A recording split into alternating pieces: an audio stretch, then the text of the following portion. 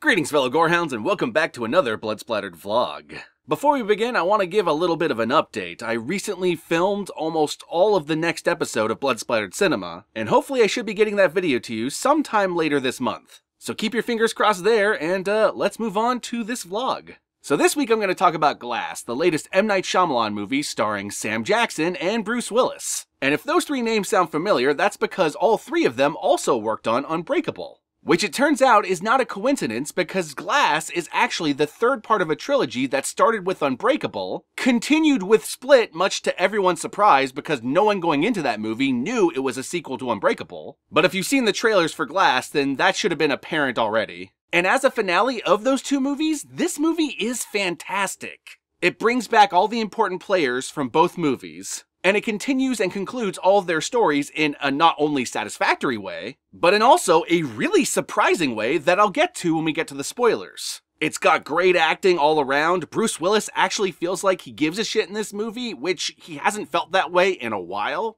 Sam Jackson is Sam Jackson, he's always kicking ass and taking names, and this movie is no different. James McAvoy completely steals the show in this movie just like he did with Split, which if you haven't seen Split, he basically plays multiple characters because he plays a character with multiple personalities. So he has the really hard task of playing basically one character with multiple different performances. And just like with Split, he fucking knocks it out of the park. All the other side characters are all well done, and I was really excited to see the boy from Unbreakable return in this movie, and I can't believe it took me the whole movie to realize it was the same actor too. It's just it had been so long between the two movies, he had all grown up, and I didn't notice. So that was cool, but the really cool thing about this movie is seeing all three of the characters from the three movies interact. Especially Bruce Willis and James McAvoy, those two play really well off one another. Because Bruce Willis in the Unbreakable movies is really understated, and everything about James McAvoy in these movies is really over the top. So whenever they're together, it's like having a really good helping of sweet and sour chicken. Just the right combination of sweetness and tanginess to really get you excited.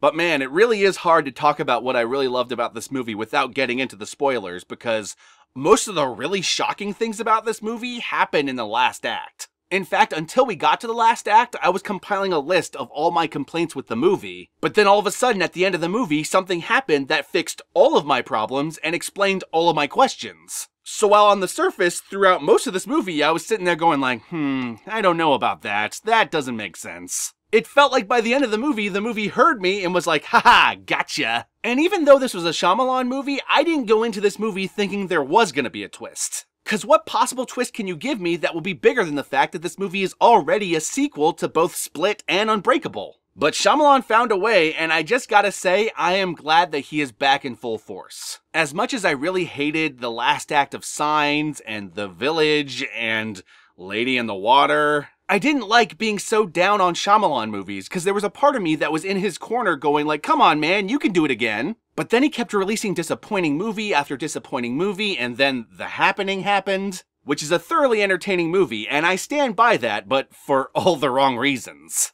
But thankfully, he came back in full force with Split, and this movie just continues that. Now, I've seen a lot of reviews of this movie that were really harsh on it, but the weird part is, it feels like they all stopped watching before the third act. Because a lot of the complaints that people compiled for this movie were the same complaints that I had. But like I said, the twist in the third act of this movie completely answers all of my questions and fixed all my complaints, so I don't know what's up with all these critics saying that it still has those problems. They're not really problems if the movie itself fixes them, you know? But whatever, I don't want to focus on the negative, I want to focus on the positive. So if you're a Shyamalan fan, if you liked Unbreakable, if you liked Split, then I highly recommend Glass, and I'll include some sort of Amazon affiliate link in the description below, maybe to Glass, but I don't know if it's available yet. But I'll put something there regardless, and with that said, let us finally move on to the spoilers so I can talk about what I love so much about this movie. Here we go!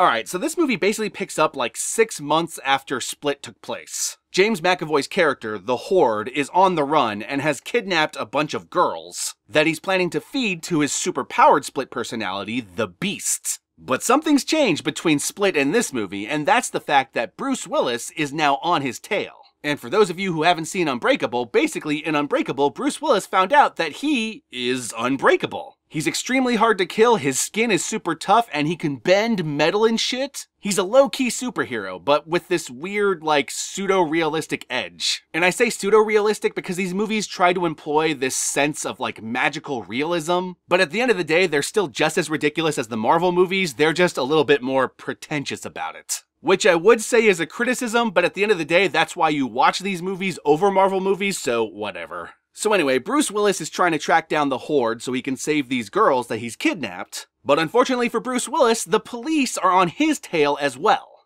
And at the end of the first act, Bruce Willis successfully tracks down the Horde, but the police successfully track down him, and in the middle of a fight with the Horde in which they're both like super-powered punching each other and shit, Bruce Willis ends up saving the girls, but in the process, he and the Horde end up getting captured by the police, and they're both taken to a mental health facility to be evaluated before they stand trial. And this is basically where my first complaint of the movie happened. Basically, the woman who is evaluating them, she explains that she basically has 3 days to convince them they are not superheroes or supervillains, and that they are all suffering from the same delusion and same mental disorder. Which, first off, I didn't understand why they would give anyone 3 days to do that. 3 days just doesn't seem like enough time to convince anyone of anything, especially if they have a mental disorder. It would have made much more sense if the 3 days was just to evaluate them so they can stand trial. And number two, why would you do this in the same facility you were holding Mr. Glass? Why would you put them all together like that? Because I would think putting them all in a therapy session together would result in them just reinforcing each other's beliefs, if this is in fact true. So already, as you can see, I was starting to have some issues with the movie, but hold on to your butts because the movie does answer these questions. So basically, the entirety of the second act is these three characters, James McAvoy, Bruce Willis, and Sam Jackson, in this facility, being analyzed by this woman over the course of 3 days and conducting these pseudo-therapy sessions. And like I said, trying to convince them they're not superheroes or supervillains. And what I really liked about this is that Bruce Willis legitimately starts to question this. Is he crazy? Is this all in his head? Is he suffering from a delusion? Could it be that everything that he has successfully done that he perceived as superhuman actually has an ulterior explanation? And even James McAvoy's character starts having these doubts. In fact, all of his personalities start arguing over it. And while these two characters are battling their own internal inner demons, Sam Jackson's character, Mr. Glass, has been plotting.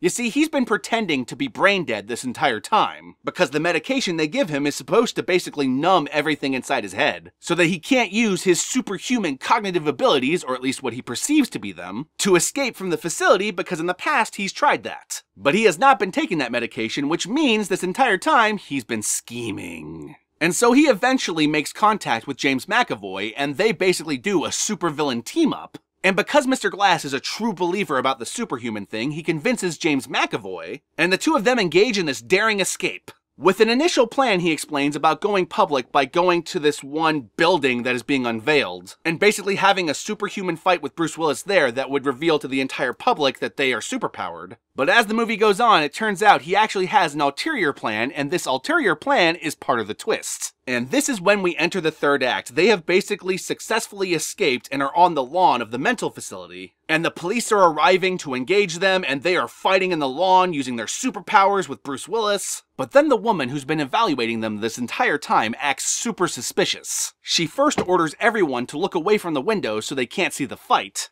and then she starts having these secret phone calls with people with these little tattoos on their arms. And then all of a sudden the snipers take out some of our main characters, and I'm not going to spoil who, but some of our characters end up dead. And these snipers also have this same tattoo. And this is where we find out the main twist of the movie that tells us what this movie is actually about. Because it turns out this woman is also a comic book trope. She is a member of a secret Illuminati-esque organization that has dedicated all their time to convincing the public superhumans don't exist. And I'm assuming other things, but they don't really go into that. And so everything about this was literally a ploy so they can try to see if maybe they can convince these people they're crazy, and if they got nowhere, they were always going to kill them from the get-go. And the only person who saw through all of this was Mr. Glass, making him not a supervillain, but the superhero of this story. This entire movie is basically about fighting for who you are and what you are in a society that refuses to believe you exist.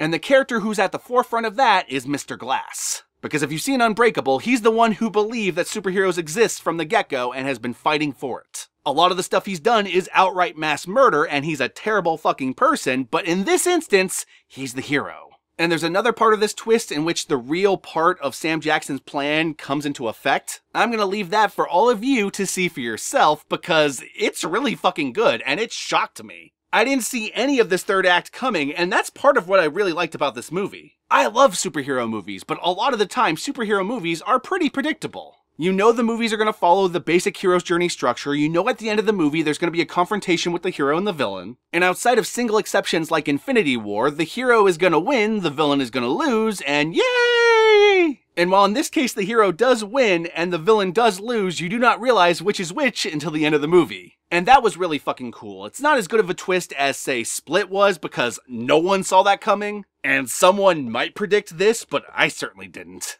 Anyway, my fellow gorehounds, I have talked way too much about Glass. I highly recommend it. I would recommend seeing it in theaters first, but if it's already too late for that, see it on whatever platform you can because it is totally worth it. And with that said, my fellow gorehounds, be sure to like, comment, subscribe, and don't forget to ring that notification bell so you're notified of my videos immediately upon their upload. And stay tuned later this month for another Blood Splattered Cinema that I'm really excited to bring to you. And with that said, peace out, and I'll catch y'all later.